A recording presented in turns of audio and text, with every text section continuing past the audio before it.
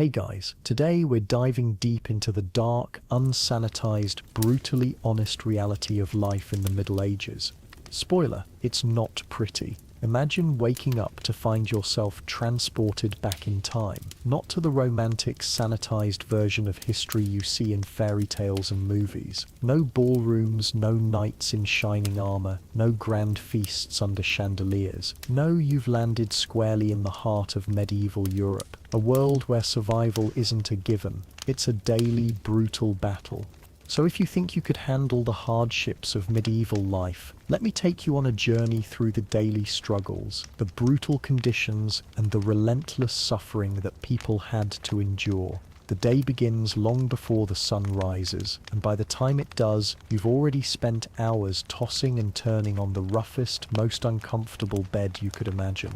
You don't get the luxury of soft pillows and plush comforters. Instead, you're lying on a flea-infested sack filled with damp straw that's been crammed into a corner of a dark, cold room. The sack has long since lost any softness it once had, and the straw inside is matted with dirt, sweat, and whatever else you can't even begin to imagine. As you shift in your bed, a cloud of fleas rises, itching and biting you through the thin fabric of your nightclothes. Your body aches, not because you're old, but because this miserable existence is already breaking you down. Even if you're young, your muscles feel like they've been worn thin, your joints stiff and creaky. When you do manage to finally wake up, it's to a cold that cuts right through you. The roof of your home is nothing but thatch, perhaps with some clay to help hold it together, but if it rains, it leaks. You're probably wet, and you're certainly cold. There's no central heating, there's no insulation. You're at the mercy of the weather, and on most days the weather isn't kind. If you're lucky, there's a fire, but it's likely that it's smoldering in the corner of the room, too small to warm the entire space. You'll huddle around it for warmth, but there's no way to escape the biting chill. And forget about any sense of privacy. If you're married, your spouse is lying beside you, also freezing, probably just as tired, and likely just as sore. If you have children, they're lying right next to you, and possibly your parents, uncles, or cousins as well. Privacy? Not a thing. At 22, you're considered middle-aged in medieval times. Your body has already been ravaged by hard labor, poor diet, and the rough conditions. You're not just exhausted, you're drained. Every step you take aches. You can barely move without feeling like you're 100 years old, and you haven't even started the day yet. And this is just the first moment of your day. Now, let's see what happens when you crawl out of bed. You manage to drag yourself out of bed, trying not to wake the others around you, and stumble to the corner of your room where a bucket sits. That's right, your toilet is a simple, unglamorous bucket. There's no modern plumbing, no running water, no real sanitation. If you need to relieve yourself, you use the bucket. Once the bucket is full, it's your job to dispose of it, usually by tossing the contents into the street. Imagine stepping outside, the first light of day hitting your face, and walking past piles of human waste and rotting garbage. The stench is unbearable, a constant assault on your senses. This isn't just a daily chore, it's a survival strategy. The waste piles up everywhere because no one has any better option. And if you're thinking that's as bad as it gets, think again. The public latrines are even worse. These aren't your modern enclosed bathrooms. No, they're long rows of holes cut into a bench, shared by dozens if not hundreds of people. It's a scene of filth and degradation, where privacy is non-existent, and the stench is overwhelming. Hand washing? Well, that's not something you'll be doing with soap. Forget soap altogether, it doesn't exist. The best you might get is a quick rinse in a dirty stream, or a small bowl of water, but even that is contaminated. And this is how you begin your day. It's hard to imagine how the world could possibly get worse, right? Well, brace yourself, because now we're heading straight into the most miserable meal you could possibly imagine. Now that your morning routine has officially ruined any sense of dignity, let's move on to breakfast. Surely you're hungry by now. A warm, hearty meal should help you feel better. Instead, you get pottage. What is pottage? It's a soupy, slimy mess of whatever grains, vegetables or scraps you can scrounge up. It's usually stale and often teeming with bacteria, but it's all you've got. It's not satisfying, it's not nourishing, it's barely edible, but it's better than nothing. The bread? Oh, if you even have bread, it's probably as hard as a rock, dry and stale. A piece of bread that could break your teeth if you're not careful.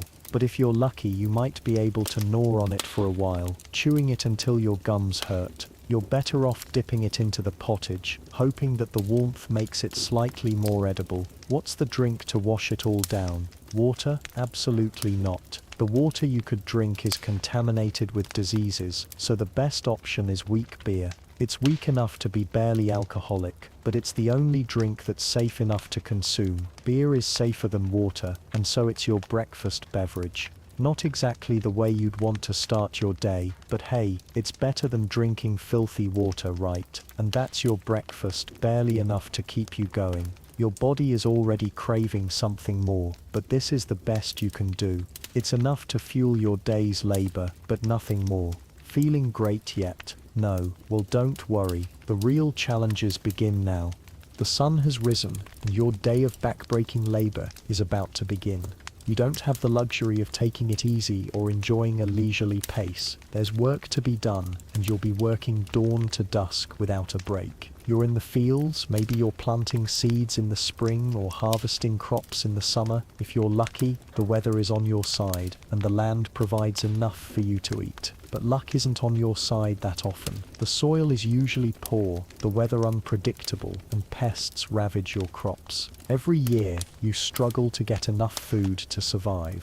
You can't stop working. If you do, you and your family risk starvation. Your Lord doesn't care if you're tired, sick, or injured. If you fail to meet your quotas, there are severe consequences. Whether it's a punishment from the Lord or worse, you're forced to work even harder to make up for the lost time. If you're not working in the fields, maybe you're a craftsman, perhaps a blacksmith, a leather worker, or a carpenter. But whatever it is you do, it's grueling. The work is exhausting, the tools are primitive, and the risk of injury is always looming. One small mistake could leave you with a deep wound, and without proper medical care, that wound could become infected and lead to death. And it's not just the adults who suffer. Children are working right alongside you. Little ones as young as 5 or 6 are already put to work. They have no time for school, no time for play. They're learning the hard way that survival comes first, and childhood comes second. There's no time for rest. You're stuck in a never-ending cycle of labor, and the moment you stop, you risk losing everything. Even if you manage to get through a grueling day of work, there's no guarantee that you'll survive. Let's talk about what happens when you get sick.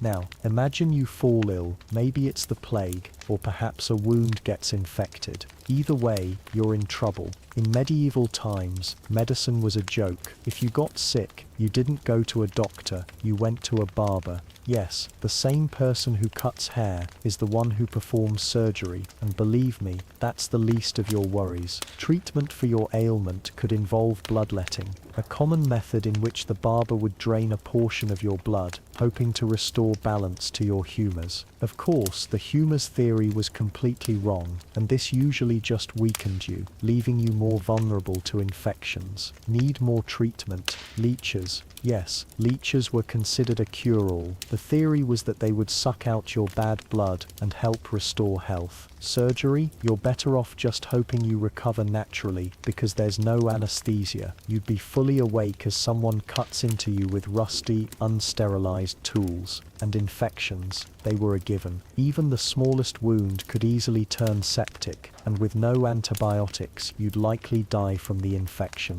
Medical care, there was none. Your fate was often sealed before you even got to see the doctor. And even if you survive all of this, life in medieval society isn't going to get any easier. Medieval life was violent. Whether it was petty crime, public executions, or constant warfare, there was no safety to be found. If you were accused of a crime, there was no fair trial. Instead, you were subjected to torture until you confessed, whether you were guilty or not. The rack, the breaking wheel, and water torture were all common methods of justice. Public executions were often a form of entertainment, whether it was a hanging, beheading, or even being burned alive at the stake. The whole village gathered to watch. But even if you stayed out of trouble, violence was still part of daily life. There were constant raids, wars between neighboring kingdoms, and brutal battles fought over land. No one was safe, and death was always right around the corner. And it wasn't just the external threats. Domestic violence was common, and women had little recourse if they were abused. Children were often subjected to brutal punishment, and there were no protections for the vulnerable. In a society where violence ruled, peace was an illusion, and if you were a woman, life was even harder.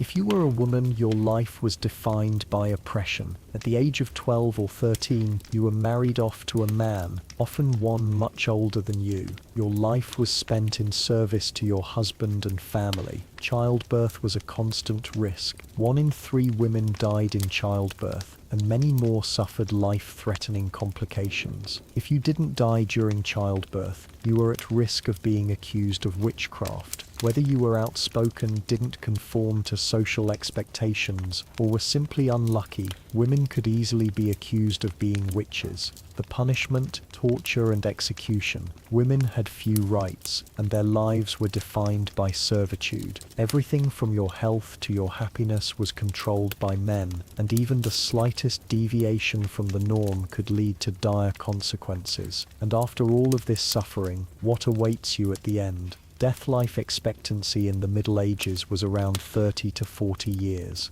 That's right, if you lived to 30, you were considered lucky. The constant threat of disease, war, and famine took their toll on the population. The Black Death killed millions, wiping out entire villages and cities. But it wasn't just the plague that threatened life. Famine, war, and even bad hygiene could lead to death. When death came, it was quick and ugly. You wouldn't be buried in a fancy grave or have a ceremony to honor your life. Instead, you'd likely be buried in a shallow grave, forgotten by everyone except the handful of people who were left behind. Your legacy, erased, your life, reduced to nothing more than another statistic in a harsh, brutal world. If you think life is tough for the common folk, consider this: in the medieval world, there was a clear and rigid social hierarchy, and it wasn't in your favor. At the top you had the nobles and lords, the wealthy landowners who lived in castles and were treated like royalty.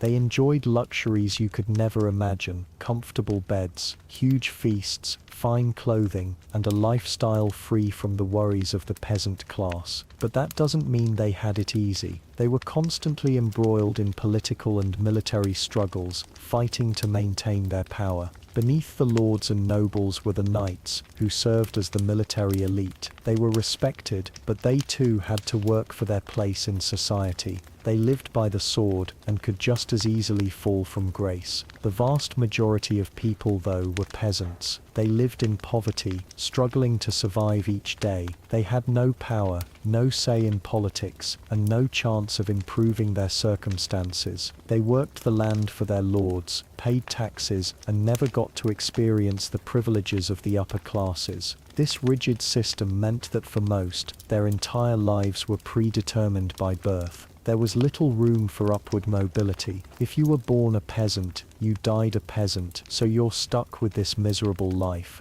But don't worry, you're not just facing a bleak existence, you're also fighting superstition and fear every day. Life in the Middle Ages was steeped in superstition. You didn't just fear disease or famine, you feared the supernatural forces that could ruin your life. Witches were a constant threat, not just for their supposed magical powers, but because the church and society believed that witches were real, dangerous, and needed to be eliminated. If anything went wrong in the village, a bad harvest, a sick child, an unexpected storm, there was always someone to blame. The church held a tremendous amount of power over people's lives, and it often used that power to maintain control. People believed that life was a constant battle between good and evil, and supernatural forces could tip the balance at any moment. Every event, every illness, every misfortune was viewed through the lens of superstition, and the solution: Often it was torture,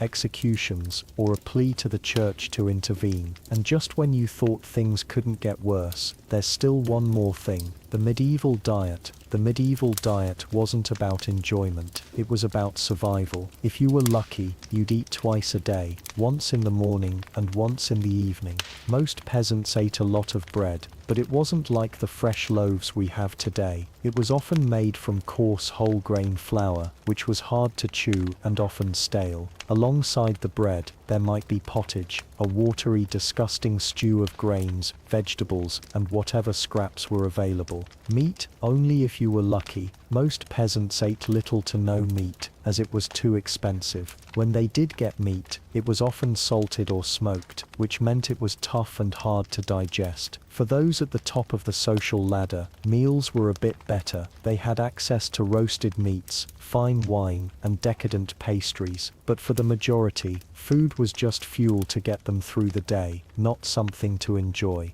So there you have it. No knights in shining armor, no beautiful castles, just pain, suffering, and an early death. The next time you think about complaining about your Wi-Fi or a long commute, just remember, at least you're not fighting to survive in the medieval world. Hit like if you're thankful you weren't born in 1325, and don't forget to subscribe for more deep dives into history. Because let's face it, history is much more fascinating when it's not trying to kill you.